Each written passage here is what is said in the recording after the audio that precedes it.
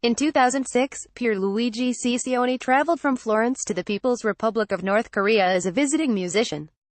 After his hosts showed him some North Korean art, he left with an entirely new mission. He planned to become an art dealer. For more than a decade since then, Ciccione has served as an international gallerist for North Korea's artists. He imports posters, embroidery, and paintings from the North Korean capital of Pyongyang to his small gallery in a town outside of Tuscany, in Italy. In the wake of Kim Jong-un's historic summit with U.S. President Donald Trump, global interest in North Korea has never been higher, he says. This interest hasn't had a major effect on his business, however, because technically, he is unable to sell new work being made in North Korea. Last year, Ciccione had to effectively shutter his import business after the United Nations slapped new sanctions on the country. UN officials claimed that the monumental sculptures being produced by North Korean artists, such as the 164-foot-tall African Resistance Monument in Senegal or the Grand Panorama Museum in Cambodia, were enabling the country to evade existing sanctions. Several former North Korean state artists have also spoken out about the abuse they experienced at the hands of the government.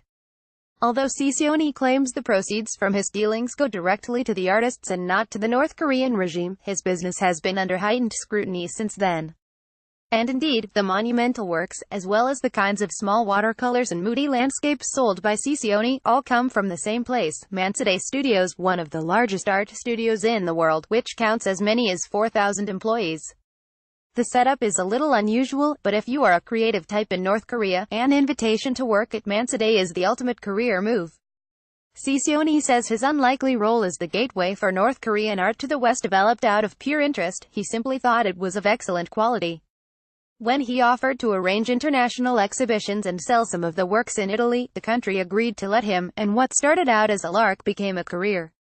Works now cost up to €9,000, $10,450, and, before sanctions set in, they could be shipped from Pyongyang to his gallery via DHL in just 5 days. Last summer, however, all of this came to halt. Ciccione describes a rapidly evolving Pyongyang, with more shops, cell phones, and cars, even small traffic jams. All of this is very different, he says, from when he started dealing North Korean art a decade ago. While relations with the West continue to swing between hot and cold, Ciccione, a firm believer in the healing power of art, patiently waits for the sanctions to end. He spoke to us from Italy about how his business developed, and what he plans to do next.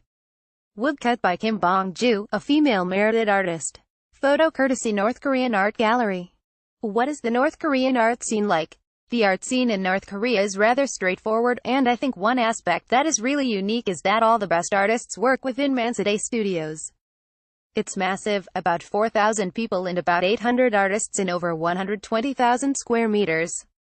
It's like an American campus, but it's not a school. All the artists already have university degrees, and their ages vary from early 20s to 70s. Artists go there to work, but they live in Pyongyang. It's not a residency. Currently, you have some 300 works in your collection. What types of pieces do you have? I have mostly oil paintings and Korean paintings, which are ink on paper works. The latter is the most traditional technique. Oil painting in Korea only appeared in the 1960s, so it's a relatively new technique. I also collect woodcuts, drawings, embroideries, and watercolors, which are quite popular. Art dealer Pierluigi Ciccione with Mansudae artists Pak Ok-chul R. and Jong-un Hyuk in front of a work in progress. Courtesy North Korean Art Gallery. Operating this gallery is not simply a business decision. What are your intentions with it beyond that? There are so many misconceptions about North Korea. I don't want to defend the regime, but there are many representations of the country that are biased and false. I've had the rare opportunity to see it from a different perspective. Most people who visit are tourists, diplomats, or part of an NGO, and so their relationship is not so free. If I want to walk around Pyongyang, I can do it. What do you think Mansudae's intention was in going into business with you? They were interested in being presented to the West. They had never been exhibited in the West when I started. Simply, they wanted to sell their work and become better known, as all artists do. There are currently sanctions imposed on Mansudae Studios. Because of that, as a dealer, your business is on hold right now. Can you explain that to me? I cannot buy art from North Korea, but we can sell what we have imported before the UN sanctions went into effect. I'm currently withholding works, especially handmade posters, because I would prefer to wait and see what happens. The UN essentially sanctioned Mansade Studios from exporting larger statues, but these works are completely different from the other types of art that are made there. The larger, political, statues, which have been produced since the 70s, are a separate business. The art I am speaking about is more conventional, with much smaller implications for the economy. When I tell people that this art has been sanctioned, many are surprised and, in fact, I think it's a mistake. The money from the art we deal goes back to the studio and to its artists to pay for materials, not to the North Korean regime. Farewell Father General, a hand-painted poster from Mansade Art Studio. Courtesy North Korean Gallery. Are you actively lobbying against these sanctions? The UN approached me. After the sanctions on Mansade Studios, they tried to find out about my role. I'm also in touch with the Italian Foreign Ministry and the Italian police that look after international trade. I'm trying a bit through my connections to offer a different view. I really think it is counterproductive to put sanctions on art. When people come to my exhibitions of North Korean art, they begin to think a little more about North Korea and to see it less through the lens of stereotypes and bias. I do not want to support the regime, but I believe that partly, the risk of war is based on misconceptions. The recent Olympics brought about a dialogue between the two Koreas. I really think that art, like sports, can be an instrument of reciprocal understanding, and ultimately, perhaps, of peace, because the works cannot be acquired easily and are not being sold. Are they going up in value? Possibly, but it is difficult to say because I am essentially the largest market in the West, so we set the prices. Now, we're not really doing much activity, but by choice. Requests have increased and attention on North Korea has increased interest in all aspects of the country, including art. North Korea is in the news right now, and it's in the mind of the public. Inside the Mansade Art Studio complex in Pyongyang, North Korean People's Republic. Photo by Pierluigi Ciccioni. You mostly sell these so-called posters, but they're not posters in the traditional, mass-produced sense. These are usually hand-painted. These works come out of a long tradition of poster making. Each year, artists at Mansade make about 50 new posters with themes based on goals given out at the beginning of the year by the state. Some can be political, but they can be about anything, really. They might say, let's promote something like, if Americans come and invade us, we will stop them with one blow. A proof is then made, and if the proof is approved, then, this poster is reproduced, either printed or painted, by several artists. How does production work at Mansade? They are assigned projects sometimes, but if one wants to make a landscape or paint a mountain, one simply makes it. And abstract art is not forbidden, they're just not interested in it. Conceptual art is also not considered art. They don't care about it. I read that Mansade Studios artists came to visit Italy on a few occasions. They came more than a couple times. Frankly, I thought they would be more impressed by our abundance and our wealth. They noticed, but they didn't seem to want to stay here.